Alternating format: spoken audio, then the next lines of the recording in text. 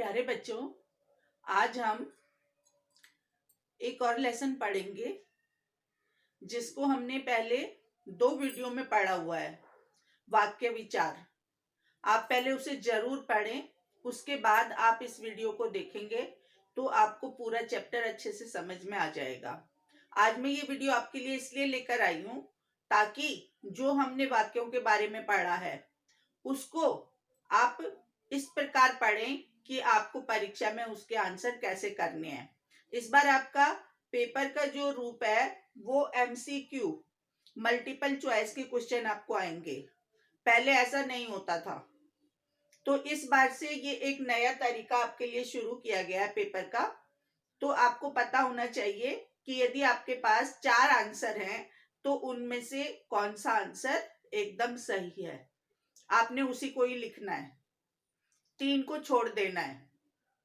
तो इसलिए मैंने सोचा कि एक बार आपको दोबारा से वाक्यों को रिवाइज कराया जाए ताकि आपको समझ में आ जाए कि जो क्वेश्चन है उसके आधार पर हमें उसका आंसर कैसे निकालना है। तो शुरू करते हैं। सबसे पहला क्वेश्चन देखते हैं। यहाँ पर हर्षिता बहुत विनम्र है और सर्वत्र सम्मान प्राप्त करती है। हर्षिता एक लड़की का नाम है, बहुत विनम्र है यानी कि उसका स्वभाव नम्र है, और सर्वत्र, सर्वत्र का मतलब होता है हर जगह, सम्मान प्राप्त करती है यानी उसको इज्जत मिलती है। अब ये जो सेंटेंस है, ये जो वाक्य है, वो आपसे पूछ रहे हैं कि रचना के आधार पर वाक्य भेद है, यानी कि इसका क्या भेद है, क्वेश्चन मार्क लगा हुआ है। रचना के आधार पर 10th क्लास में आपको रचना के आधार पर ही आएंगे वाक्य, अर्थ के आधार पर नहीं आएंगे। तो रचना के आधार पर हमें ढूंढना है कि इन चारों में से क्या ये सरल वाक्य है, मिश्र वाक्य है, संयुक्त वाक्य है या कि साधारण वाक्य है। यदि आपको वाक्य विचार वाले दोनों चैप्टर आपने पहले वीडियो में देखकर अच्छे से समझ चुके हैं आप, तो आप आराम से निकाल लेंगे कि दो बराबर वाक्यों को जब किसी समानाधिकरण समुच्चय बोधक अव्यय से जोड़ दिया जाता है, ये और जो है इसमें योजक का काम कर रहा है। दोनों वाक्य बराबर हैं। हर्षिता बहुत विनम्र है और सर्वत्र सम्मान प्राप्त करती है, इसलिए ये संयुक्त वाक्य में ही होता है ऐसा। इसलिए हम इसको कहेंगे कि ये इन सब में से कौन सा है, संयुक्त वाक्य है। यहाँ पर मैं टिक लगाकर आपको बता रही हूं, लेकिन आप एग्जाम में क्या करेंगे, इसको उतारेंगे क्वेश्चन को और उसके नीचे 3 को छोड़ देंगे, सिर्फ जो उसका आंसर सही है उसको यहाँ पर इसके नीचे लिख देंगे। तो एग्जामिनर को भी चेक करने में और आपको अंक देने में बहुत ही सुविधा रहेगी और क्लियर रहेगा कि आपको उसका आंसर ठीक से आता था। तो ये हुआ पहला संयुक्त वाक्य। दूसरा है निम्नलिखित में मिश्र वाक्य है, यानी कि 4 वाक्य दिए हुए हैं आपको, आपसे पूछ रहे हैं कि इन चारों में से मिश्र वाक्य या मिश्रित वाक्य कौन सा है, जो मिला जुला वाक्य होता है जिसमें एक वाक्य जो है प्रधान होता है, दूसरा वाक्य उस पर डिपेंड होता है। उसकी पहचान भी आपको पता होनी चाहिए। मैंने एक वृद्ध की सहायता की, ये बिल्कुल सरल वाक्य है। जो विद्यार्थी परिश्रमी होता है वह अवश्य सफल होता है, या कि अध्यापिका ने अवनी की प्रशंसा की तथा उसका उत्साह बढ़ाया, ये संयुक्त वाक्य हो गया। नवाब साहब ने संगति के लिए उत्साह नहीं दिखाया, ये एक सिंपल और नकारात्मक वाक्य हो गया। तो कहने का अर्थ है कि जो दूसरा वाक्य है, जो विद्यार्थी परिश्रमी होता है वह अवश्य सफल होता है, ये इसका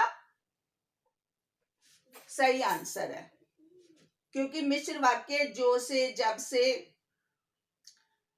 इनसे शुरू होते हैं, जैसे, तो इसलिए इसमें 2 वाक्य हैं और वो भी मिले हुए हैं, एक दूसरे पर आधारित हैं, इसलिए इसका सही आंसर हो गया सेकंड वाला। तीसरे पर चलते हैं। प्रयश बाजार गया, वहां से सेब लाया। 2 वाक्य दिए हुए हैं बिल्कुल इंडिपेंडेंट। वो कह रहे हैं इस वाक्य का संयुक्त वाक्य में रूपांतरण होगा। यानी कि आपके पास 4 ऑप्शन है, आपने छांटना है कि इन चारों में से इन दोनों से मिलकर संयुक्त वाक्य कौन सा बना होगा। तो इन दोनों को जोड़ा भी गया हो और वाक्य भी यही रह गया हो, ऐसा कौन सा वाक्य होगा। संयुक्त का मतलब 2 या 2 से अधिक वाक्यों का जोड़ा हुआ वाक्य। अब इसमें 2 वाक्य ये हैं, प्रेयस बाजार गया, दूसरा वाक्य वहां से सेब लाया। अब देखते हैं इसमें कौन कौन सा है। प्रेयस बाजार गया और वहां से सेब लाया। प्रेयस सेब लाया जब वह बाजार गया। प्रेयस बाजार जाकर सेब लाया। जब प्रेयस बाजार गया तो वहां से सेब लाया। इसमें से और वाला, ये जो और से दोनों वाक्यों को जोड़ दिया है, ये बन गया हमारा संयुक्त वाक्य है। ये इसका सही रूपांतरण है, फर्स्ट वाला। ये आपको पहचान होनी चाहिए। जैसे हमने यहाँ पर देखा था, हर्षिता बहुत विनम्र है, ऐसे ही और से यहाँ पर भी जुड़े हुए थे 2 वाक्य। ऐसे ही यहाँ पर 2 अलग अलग वाक्यों को और से जोड़ दिया तो ये बन गया संयुक्त वाक्य। अब चलते हैं चौथे पर। इस टाइप का एक क्वेश्चन आपको हो सकता है पेपर में। जो वीर होते हैं वे रणभूमि में अपनी वीरता का प्रदर्शन करते हैं। यहाँ पर वो आपसे पूछ रहा है रेखांकित उपवाक्य का भेद क्या है। ये रेखांकित किया हुआ है, ये वो उपवाक्य है। यानी कि हमें पहली बात तो ये समझ आ गई कि ये मिश्र वाक्य है, क्योंकि मिश्र वाक्य में ही प्रधान वाक्य और आश्रित उपवाक्य होते हैं। अब वो पूछ रहा है कि इनमें से कौन हो सकता है। क्या ये संज्ञा आश्रित उपवाक्य है? नहीं, किसी व्यक्ति के बारे में तो नहीं बता रहा। लेकिन सर्वनाम आश्रित उपवाक्य है? नहीं। क्रिया विशेषण आश्रित उपवाक्य है, किसी की क्रिया की विशेषता बता रहा है? ये भी नहीं। विशेषण आश्रित उपवाक्य, इसका सही आंसर होगा कि ये उन लोगों की वीरता की विशेषता बता रहा है जो रणभूमि में वीरता दिखाते हैं। यानी कि ये होगा विशेषण आश्रित उपवाक्य, उन लोगों की वीरता की विशेषता बता रहा है। इनमें से 3 ऊपर वाले ये गलत हैं, जबकि चौथा आंसर सही है। ये हमने कैसे पहचाना? क्योंकि रणभूमि में वीरता का प्रदर्शन करने वाले जो लोग हैं उनकी ये वीरता बता रहा है। तो किसी की वीरता बताने वाला शब्द है, इसलिए ये जाएगा विशेषण आश्रित उपवाक्य में। ये भी मैंने आपको पिछले वीडियो में पढ़ाया हुआ है अच्छे से। उसके बाद आपसे पूछ लिया कि इन चारों में से सरल वाक्य कौन सा है, सबसे आसान सरल, जिसमें एक कर्ता है और एक मुख्य क्रिया है, एक उद्देश्य होता है और एक विधेय होता है। उसमें कर्ता और विधेय का विस्तार तो हो सकता है, लेकिन क्रिया उसमें एक ही मुख्य होती है। उसको हम बोलेंगे साधारण या सरल वाक्य। तो ढूंढते हैं इनमें से कौन सा है। प्रातःकाल हुआ और सूरज की किरणें चमक उठी, इसमें तो और आ गया, ये हो गया संयुक्त वाक्य। जब प्रातःकाल हुआ सूरज की किरणें चमक उठी, ये हो गया मिश्र वाक्य। जब आ गया, प्रातःकाल होते ही सूरज की किरणें चमक उठी, ये हो जाएगा इसका सही आंसर, सीधा सीधा। क्योंकि इसमें भी जैसे आ गया तो ये भी सरल नहीं होगा। जैसे ही प्रातःकाल हुआ सूरज की किरणें चमक उठी, तो ये वाला जो तीसरा आंसर है ये इसमें सही जाएगा। प्रातःकाल होते ही सूरज की किरणें चमक उठी। उसके बाद लास्ट वाला क्वेश्चन मैंने बताया, दादाजी चाहते हैं कि मैं शिक्षक बनूं। इसको हमने सरल वाक्य में रूपांतरण करना है। 2 वाक्य हैं ये, वाक्य एक ही है लेकिन की से जुड़ा हुआ है। दादाजी चाहते हैं कि मैं शिक्षक बनूं। अब हमें इसे सरल में बदलना है, तो इसका सही रूपांतरण यहाँ पे 4 दे दिए हैं, उनमें से कोई एक सही है। दादाजी शिक्षक बनना चाहते हैं, नहीं, गलत, दादाजी तो नहीं बनना चाहते।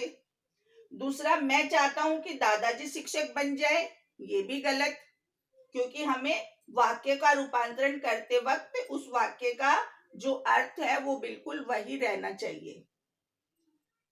तीसरा, दादाजी मुझे शिक्षक बनाना चाहते हैं, या फिर दादाजी मुझे शिक्षक बनाना नहीं चाहते, इसमें नहीं आ गया, नहीं यहाँ पर कहीं भी नहीं है, यानी कि इसका जो आंसर सही होगा वो होगा थर्ड वाला।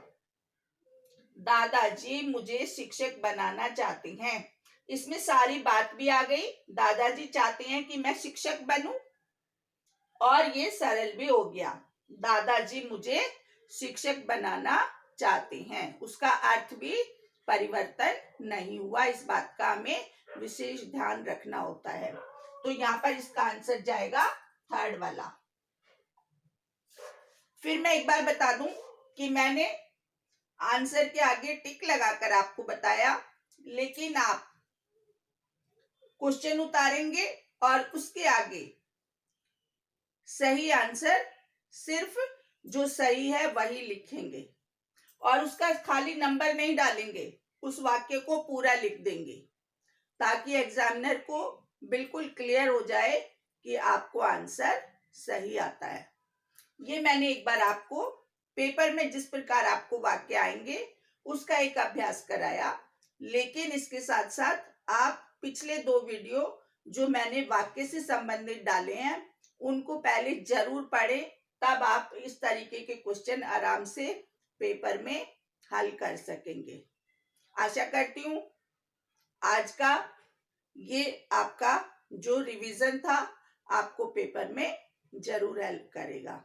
यदि कोई क्वेश्चन हो तो मुझसे जरूर पूछें। Thank you.